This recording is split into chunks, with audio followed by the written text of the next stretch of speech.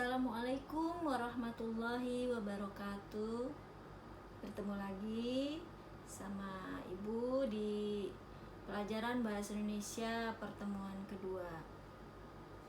Alhamdulillah kita dapat bertemu kembali. Sebelum mulai belajar, mari kita berdoa. Selesai. Kali ini kita akan membahas bab 1, yaitu teks laporan percobaan. Dalam teks laporan percobaan ini ada beberapa materi yang akan disampaikan dan harus kamu kuasai. Di antaranya boleh dicatat tujuan pembelajaran dari bab 1 ini. Ada 4 ya, ada 4. Kalian diharapkan 1, memahami apa yang dimaksud dengan teks laporan percobaan, kemudian mengetahui ciri-ciri dan informasi apa yang ada di dalam teks laporan percobaan itu. Itu yang pertama. Ibu ulangi. Kalian memahami apa yang dimaksud dengan teks percobaan dan tahu ciri-ciri dari teks laporan percobaan tersebut. Itu yang pertama, tujuan pembelajaran kita. Yang kedua, kalian dapat membuat simpulan dari informasi teks laporan percobaan tersebut. Kalian harus dapat menyimpulkan informasi dari teks laporan percobaan tersebut. Yang ketiga, tujuan yang harus kamu capai setelah belajar teks laporan percobaan ini adalah kalian harus mengetahui struktur teks laporan percobaan, sistematika penulisannya, dan kaidah kebahasaan yang digunakan dalam teks laporan percobaan. Ibu ulangi, yang ketiga, kalian harus menguasai struktur dan sistematika serta kaidah kebahasaan yang digunakan dalam teks laporan percobaan tersebut. Yang keempat, kalian harus dapat menyusun teks laporan percobaan. Jadi nanti di akhir pertemuan, Ibu berharap kalian bisa membuat teks laporan percobaan. Ya. Jadi itu tujuan pembelajaran kita dari bab 1 ini. Diingat, langkah-langkahnya harus apa yang dilakukan, tolong diperhatikan. Pertama, kalian sudah mengeprint contoh yang ada di dalam lab, yang ada di internet, yang bersumber dari internet. Nanti kita akan pelajari dan belajar dari contoh-contoh yang sudah kalian print itu. Pengalaman kalian sewaktu mengeprint itu mudah-mudahan sangat menyenangkan, karena ada beberapa dari kalian juga yang harus berulang kali ngeprintnya karena ternyata masih tertukar dengan teks prosedur. Memang apa sih bedanya? Nah, itu sudah menjadi pertanyaan, itu sudah bagus ya. Mari kita lihat apa perbedaannya. Kalian harus memahami apa yang dimaksud dengan teks laporan percobaan. Siap ya? Teks laporan percobaan ini terdiri dari 3 kata. Ada teks, ada laporan, ada percobaan. Teks adalah bentuk bacaan yang terdiri dari paragraf-paragraf atau wacana. Itulah yang dimaksud dengan teks. Kalau kamu lihat di kamus ya. Kemudian laporan. Apa yang dimaksud dengan laporan? Laporan itu kegiatan yang dilakukan setelah melakukan suatu kegiatan. Kegiatan yang dilakukan setelah melakukan kegiatan. Bisa dalam bentuk lisan, bisa dalam bentuk tulisan. Itu yang dimaksud dengan laporan. Ya. Kalau baris kan, kalau baris kamu suka melaporkan setelah kamu menyiapkan. Oke. Itu contoh. Nah, ini laporan yang mana yang diminta? Kegiatan apa yang dilakukan sebelumnya? Yaitu kegiatan melakukan percobaan. Apa yang dimaksud percobaan? Percobaan ini melakukan sesuatu, sebuah proses untuk menguji sesuatu yang bersifat ilmiah. Menguji sesuatu yang bersifat ilmiah. Itu yang dimaksud percobaan dalam bab 1 ini ya. Jadi bersifat ilmiah. Kalian tertukar kemarin, tugas-tugas kalian itu, ngeprint kalian itu tertukar dengan prosedur. Prosedur itu sama, melakukan kegiatan.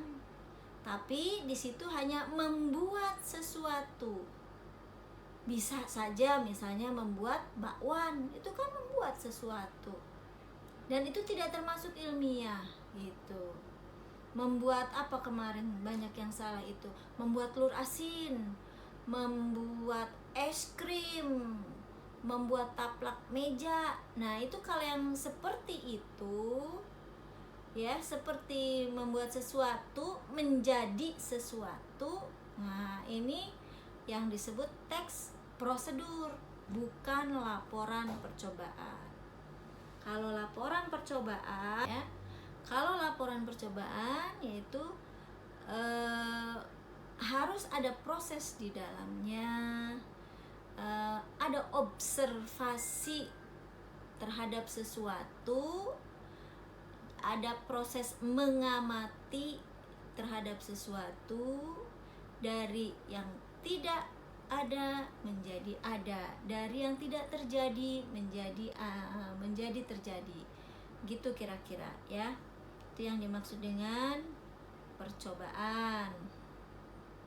Kita lihat sekarang apa yang dimaksud dengan teks percobaan. Sudah dipahami secara kalau ibu lihat dari buku nih, di LKS sudah ada, kamu juga sudah merangkum kan pengertiannya secara ilmiahnya. Teks laporan percobaan atau eksperimen adalah teks yang berisi paparan data secara terperinci, hasil praktik, hasil pengamatan, dan hasil penelitian. Jadi teks ini ditulis berdasarkan percobaan data. Setelah pengamatan selesai melakukan percobaan. Itu ya. Kegiatan percobaan atau penelitian ini digunakan untuk memperoleh pengetahuan dalam bidang ilmu alam, psikologi atau sosial ya. Itu kegunaannya. Kadang-kadang ini digunakan untuk penelitian atau meneliti sesuatu yang berkaitan dengan bidang ilmu alam, bidang psikologi, dan bidang sosial. Nanti ibu minta kalian hanya sebatas bidang ilmu alam saja ya. Ilmu pengetahuan alam biasanya kaitannya dengan percobaan pelajaran biologi gitu ya, yang kaitannya dengan keilmuan biologi atau ilmu alamnya ilmu alam yang biologi gitu ya. Kalau mau fisika juga boleh, tapi kemungkinan hanya sedikit nanti ditemukan. Yang lebih banyak yang ibu lihat di internet itu adalah biologi. Silahkan yang belum menemukan, browsing lagi sampai ketemu. Itulah gunanya belajar ya. Jadi sudah dipahami apa itu teks laporan percobaan ya. Sekarang kita lanjutkan dengan ciri-ciri teks laporan percobaan. Kalian bisa buka LKS-nya atau rangkuman yang sudah kamu lakukan. Kalau belum ada, tambahkan catatannya. Kalau sudah ada, tinggal diperhatikan ulang ya. Ada beberapa ciri dari teks laporan percobaan ini ya.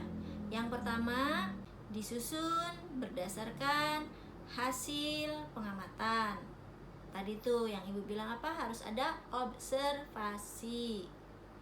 Yang kedua, dikemukakan secara objektif. Apa itu objektif?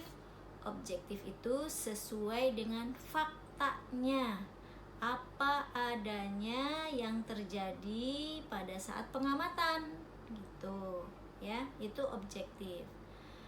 Kemudian disusun berdasarkan struktur isi teks secara sistematika ya. Jadi tidak boleh urutannya, tidak boleh suka-suka sendiri. Kalau laporan teks percobaan itu berurutan, nanti Ibu sampaikan seperti apa sistematikanya ya. Jadi yang ketiga itu laporan disusun berdasarkan strukturnya. Yang keempat, menggunakan bahasa ilmiah, baku, jelas, dan komunikatif. Diulangi, menggunakan bahasa ilmiah, baku, jelas, komunikatif, dan logis. Apa itu logis? Logis itu masuk dalam pikiran atau masuk di akal. Tidak aneh-aneh gitu. Itu logis, yang dimaksud dengan logis. Kemudian yang keberapa? Kelima ya. Yang kelima, cirinya adalah ditulis dengan data pendukung. Data pendukung harus lengkap. Data pendukungnya itu apa? Harus ada gambar-gambar. Data-data itu bisa dalam bentuk gambar, dalam bentuk tabel. Jadi memang harus ada tabel dan ada gambar kalau teks laporan percobaan. Itu termasuk satu ciri dari teks laporan percobaan. Sebagai bentuk hasil proses pengamatan itu biasanya dikemukakan lebih sederhana dengan tabel atau gambar. Itu lebih logis daripada dengan kata-kata gitu ya. Yang keberapa sekarang? Yang keenam ya. Ciri yang keenam adalah dibuat semenarik mungkin dan interaktif. Menarik, menarik di sini bukan indah, tapi menyusunnya, menyimpan gambar dengan kata-katanya itu harus indah, harus enak dibacanya. Jangan numpuk gambar numpuk, penjelasan di mana, gambar di mana ya. Itu yang namanya tidak menarik ya. Kemudian yang ketujuh ya. Yang ketujuh, teks laporan percobaan menuntaskan masalah-masalah yang dimunculkan secara terperinci dan lengkap. Jadi ini tambahan saja, yang ketujuh ini harus terperinci atau lengkap. Sudah ditulis? Ada berapa ciri-ciri teks laporan percobaan? Ada 7, betul, ada 7. Diulangi. 1, ditulis berdasarkan hasil pengamatan atau observasi. Yang kedua, dikemukakan secara objektif. Yang ketiga, disusun berdasarkan strukturnya. Yang keempat, menggunakan bahasa baku, komunikatif, dan logis. Yang kelima, menggunakan data yang lengkap. Yang keenam, dibuat menarik. Dan yang terakhir, harus lengkap atau terperinci. Jadi itu ada 7 ciri-ciri dari teks laporan percobaan. Berikutnya, sudah siap? Ayo kita lanjutkan. Tujuan masih yang pertama, informasi apa yang kita dapat dari teks laporan percobaan? Kita harus mengetahui informasi apa yang ada dalam teks laporan percobaan. Ini kaitannya dengan 5W 1H atau biasa kita kenal dengan adik Simba, supaya mudah mengingatnya ya. Kalian lebih mudah yang mana mengingatnya? Disilahkan, mau 5W1H boleh, mau adik Simba boleh. Kita uraikan satu-satu ya. 5W1H. What, who, why, when, where, how. Itu 5W1H. Kalau mau di Indonesia kan, supaya mudah mengingat, Ibu biasa menggunakan adik Simba. A, apa? D, di mana? K, kapan? Si, siapa? M, mengapa? B, bagaimana? Inilah 5 kata tanya yang harus kamu terngiang-ngiang terus di kepala kamu kalau kita membaca suatu informasi. Kita membaca ingin memperoleh informasi, maka keluarkan tuh adik Simbanya. Ini tentang apa nih? Jadi kalau tentang apa, jawabannya pasti tentang judulnya kan? Judulnya, objek percobaannya apa, alat bahannya apa, simpulannya apa, gitu. Itu jawaban dari apa. Apa? Bisa diulangi? Kalau apa berarti menanyakan judulnya apa, objeknya apa, alat bahannya apa, dan simpulannya apa. Banyak ya. Itu apa? Tapi kalau A, D, di mana? Di mana berarti tempat percobaannya, dilakukan di mana itu percobaannya, ya? Di mana percobaan itu dilakukan? Kapan berarti menunjukkan waktunya, kapan percobaan itu dilakukan. Itu ditulis tuh semua tuh, ya. Kemudian siapa yang melakukan percobaannya juga tulis, ya, tulis atau cari siapa nih yang melakukan percobaannya. Apakah saya? Apakah kamu kebetulan ibu nanti tugasnya dengan mengamati orang lain, pekerjaan orang lain, berarti kamu tulis itu siapa yang melakukan percobaan. Kemudian mengapa? Mengapa itu berarti tujuan percobaannya. Kita tinggal lihat nanti tujuan percobaannya apa, yang diharapkan apa, dan bagaimana. Bagaimana ini kamu akan cari dari langkah-langkah percobaan itu. Gitu. Jelas ya? Bisa diulangi.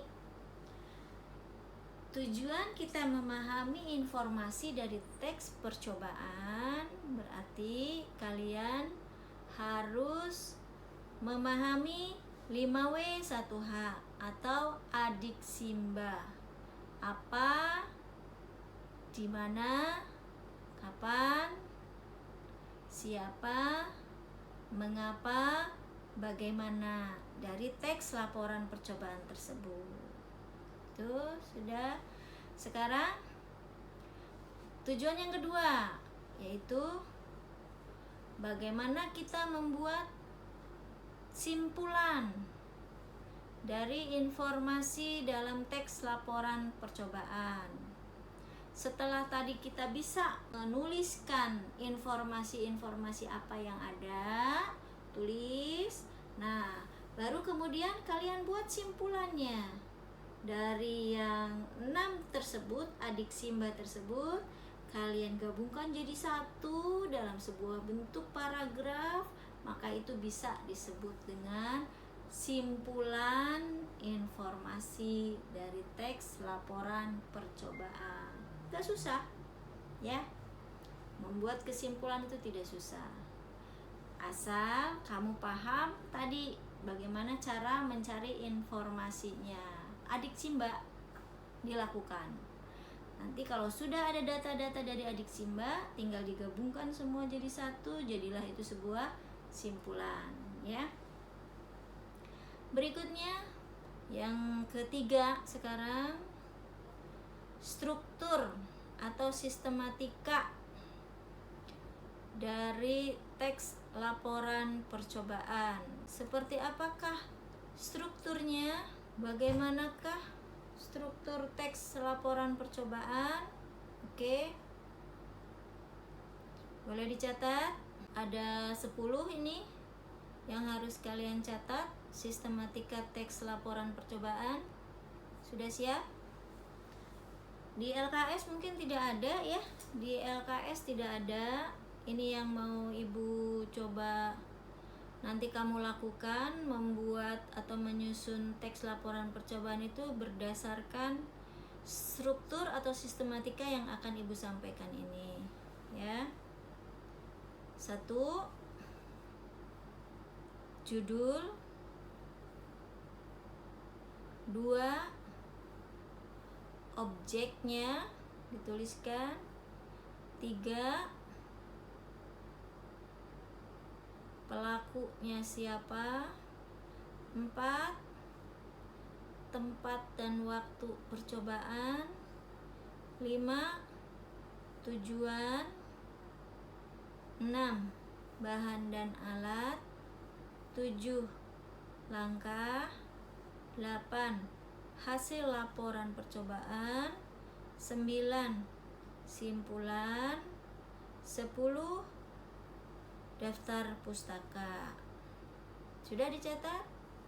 Ini isi dari teks laporan percobaan ya. Ibu mau tambah nanti setelah isi ini kamu selesai, tolong buat 1 tambahannya nih, harus ada kata pengantar. Kita akan belajar membuat kata pengantarnya. Kemudian kita buat daftar isinya ya. Sudah? Kemudian sudah ada daftar pustaka ya, tambahannya tinggal itu.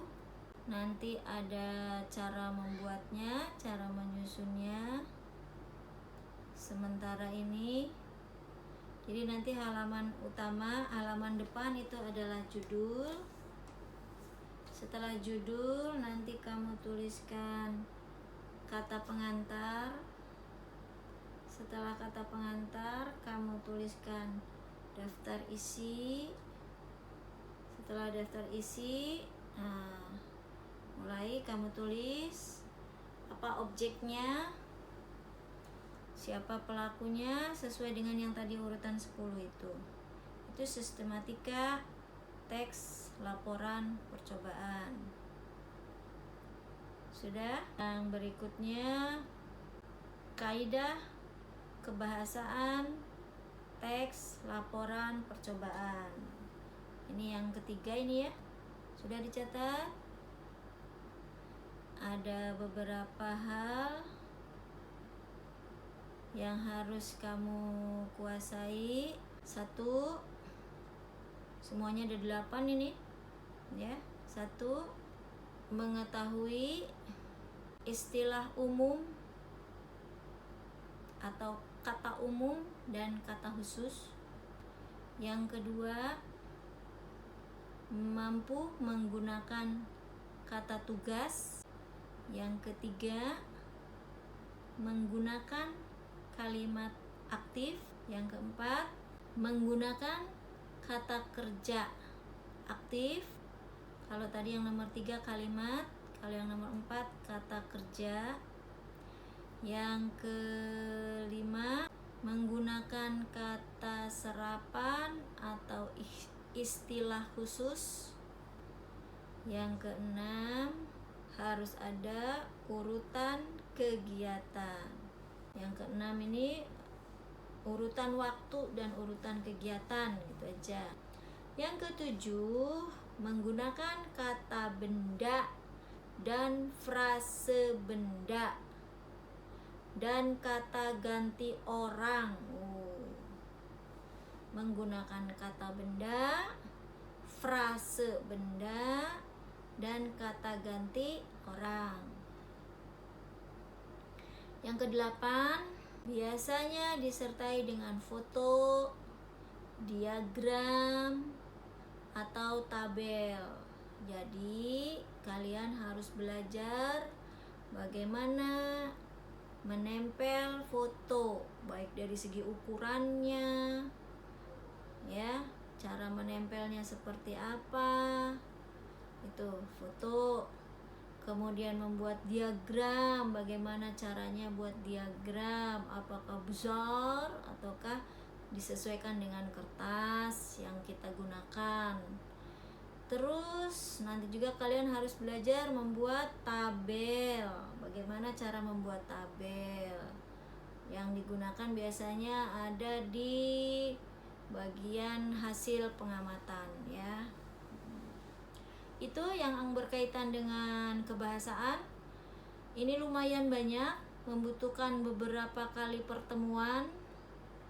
Jadi ini hanya baru secara umum saja apa yang harus kalian kuasai pada bab 1 ini. Jadi untuk penguasaan tujuan yang ketiga ini lumayan banyak dan lumayan akan belajar dalam waktu tertentu, dalam waktu khusus yang kebahasaan ini. Sementara kalau kamu melihat di kamus untuk mencari apa pengertiannya itu hebat. Sebelum ibu jelaskan, jadi nanti kamu sudah tahu terlebih dahulu. Itu anak cerdas, ya.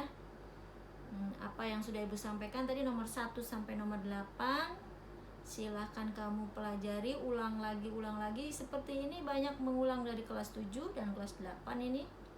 Kalimat aktif sudah di kelas 7, ya. Diagram juga sudah di kelas 7.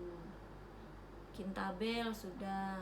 Kemudian urutan waktu, urutan kegiatan, ini deskripsi ini sudah di kelas 7 ini teks deskripsi. Kita di kelas 9, di kelas 9 itu materinya menggabungkan dari pelajaran kelas 7, kelas 8 dan dipraktikkan di kelas 9. Itu, ya. Jadi buka-buka lagi bukunya. Buka-buka lagi materi-materi yang sudah lewat. Kalau sudah lupa, bukunya sudah hilang, ya buka lagi kamusnya, lihat aja dari kamus, cari di browsing di internet juga boleh. Apa yang dimaksud dengan tadi 1 sampai 8 tadi. Oke? Ya, kita lanjut. Lanjut penguasaan yang keempat. Tujuan pembelajaran teks laporan percobaan yang keempat ini, kamu harus bisa apa? Kita harus bisa apa? Yaitu menyusun teks laporan percobaan. Saya harus buat, Bu? Iya, betul. Kamu, setiap anak harus bisa membuat teks laporan percobaan dari yang tadi sudah Ibu sampaikan. Bagaimana sistematikanya, bagaimana bahasanya, bagaimana bentuk laporannya, ya. Tapi kamu tidak perlu melakukan percobaannya biar orang lain yang melakukan, dianggap sudah. Dari mana dianggap sudahnya? Itu yang kalian ngeprint itu berarti kamu sudah melakukan. Anggaplah itu adalah kamu yang melakukan percobaan. Tinggal bagaimana kamu membuat laporannya, kamu modifikasi laporan yang sudah kamu punya itu, ya.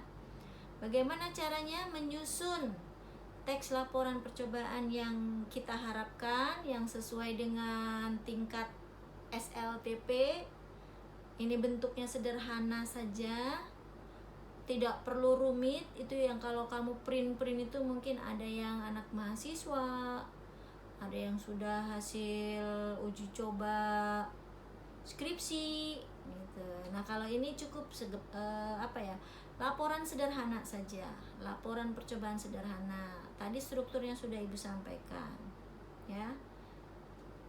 Oke, seperti apa langkah-langkahnya?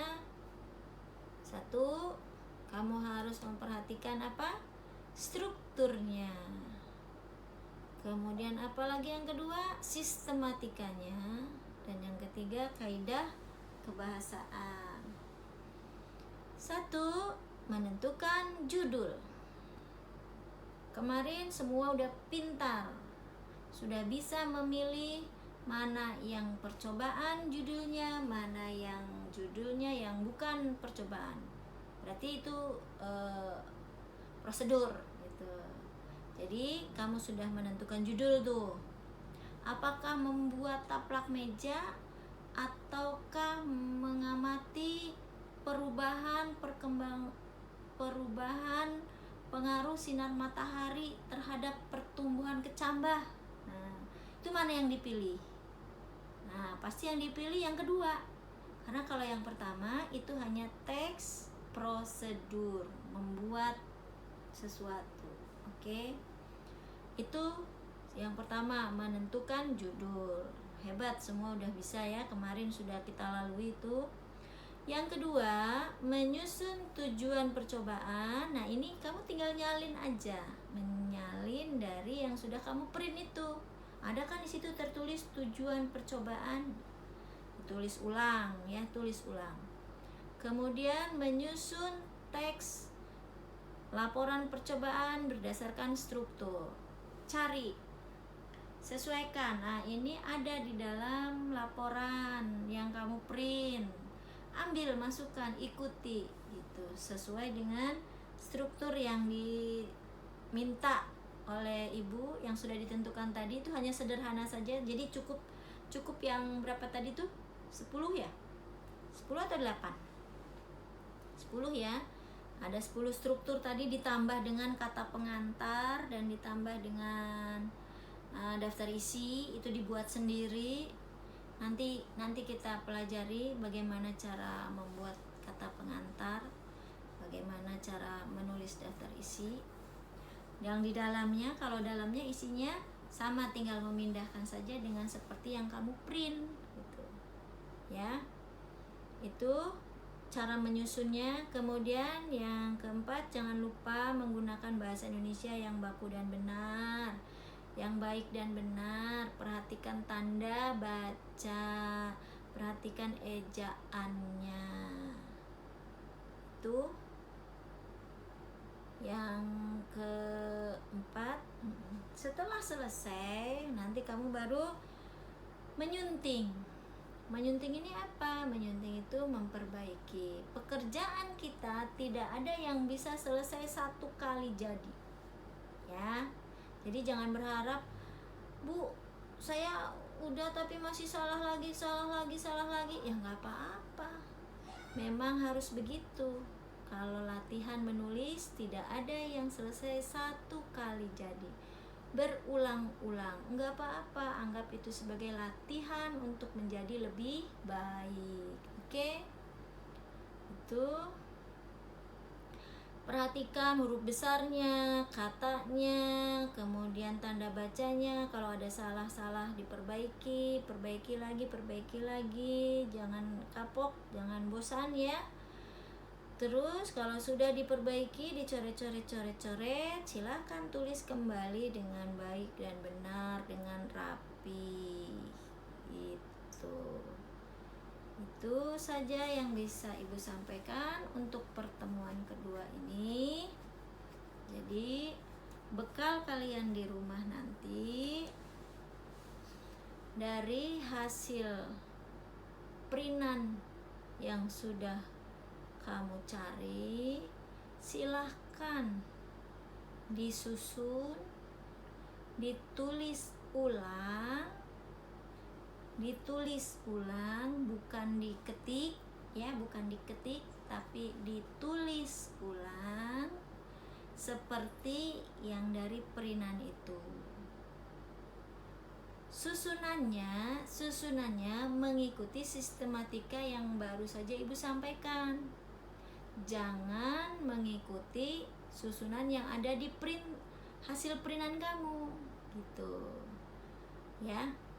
Jangan mengikuti yang dari hasil printan itu terlalu banyak, gitu. Tapi sesuai dengan keperluan saja untuk teks laporan percobaan sederhana ini. Ini secara sederhana saja, baru tingkat SLTP, SMP. Kalau yang kamu print itu mungkin ada yang sudah dengan bab 1, bab 2, bab 3, berbab-bab itu sudah mengikuti aturan penulisan karya tulis kalau itu. Karena kita sekarang tidak bisa bertatap muka langsung, kalau melakukan seperti KTI itu membutuhkan tatap muka yang intens, yang perlu bimbingan terus-menerus. Kalian nanti akan kesulitan. Jadi kita menyesuaikan suasana atau keadaan yang tidak bisa kita tolak ini. Jadi cukup ikuti struktur yang ada yang sudah tadi Ibu sampaikan. Nanti ini juga ibu share ya. Mudah-mudahan kamu menjadi lebih paham. Selain tadi hasil kamu mencatat, nanti akan Ibu tambahi dengan catatan-catatan Ibu ini, gitu ya, yang ada di laptop ini. Mudah-mudahan kalian memahami. Di pertemuan berikutnya nanti kita akan mencoba berlatih bagaimana membuat cover judul, dan membuat kata pengantar, membuat daftar isi, dan membuat daftar pustaka. Ini untuk pertemuan berikutnya. Untuk sementara sekarang silakan kamu tulis dulu, pindahkan itu yang hasil printan itu, tulis tangan sesuai dengan struktur yang tadi Ibu sebutkan. Ada berapa? Ada 10 ya? Ada 10 strukturnya.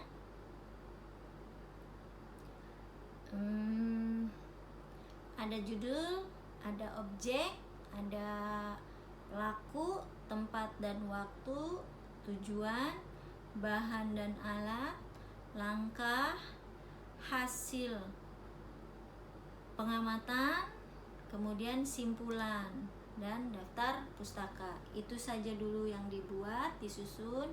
Nanti baru sebelum dijilid, pertemuan minggu depan kita akan belajar membuat cover, membuat kata pengantar, daftar isi, dan daftar pustaka. Itu ya. Mudah-mudahan bermanfaat. Kalian harus berani mencoba.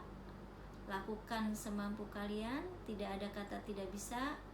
Kalau ada pertanyaan kurang jelas, silakan bertanya di grup. Ya, jangan di japri. Tapi tanyakan di grup agar pertanyaan kamu itu berguna juga untuk teman-teman yang lain. Siapa tahu pertanyaannya sama, perlu kejelasannya sama. Jadi lebih efektif. Itu saja. Mohon maaf bila penjelasan Ibu membuat kamu kurang jelas ya. Mari kita belajar. Setelah ini silakan langsung dicoba untuk menulis, menyusun, membuat teks laporan percobaan. Terima kasih. Assalamualaikum warahmatullahi wabarakatuh.